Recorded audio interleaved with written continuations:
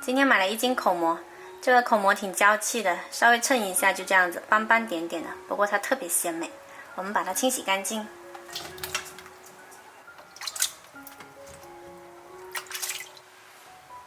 放着沥干一下水。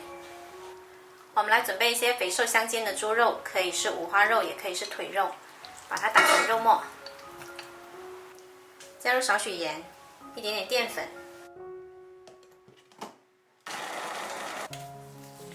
打成这样子就可以了。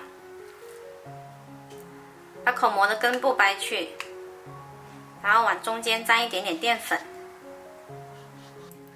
把肉末酿进来，不要酿得太满，然后把表面抹平整。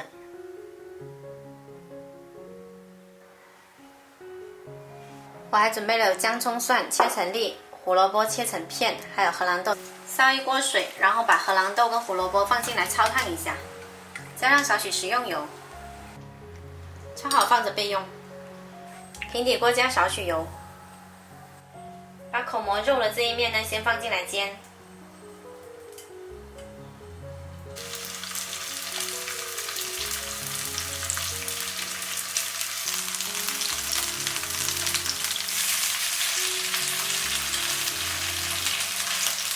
肉的这一面呢煎金黄了，放另外一面煎。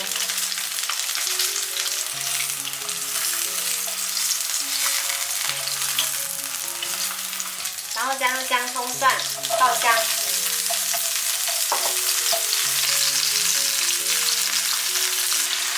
加入适量开水，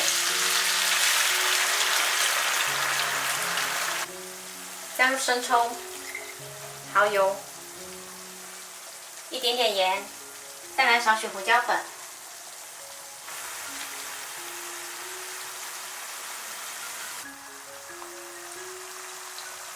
把荷兰豆跟胡萝卜放进来，再来少许淀粉水勾一下芡。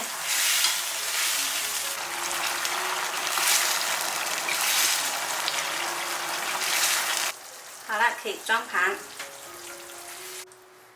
装好盘后，把芡汁淋上来。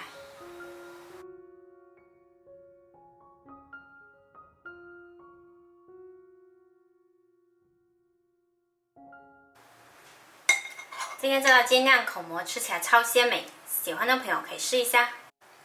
我是小坏，喜欢我的视频记得关注我哦。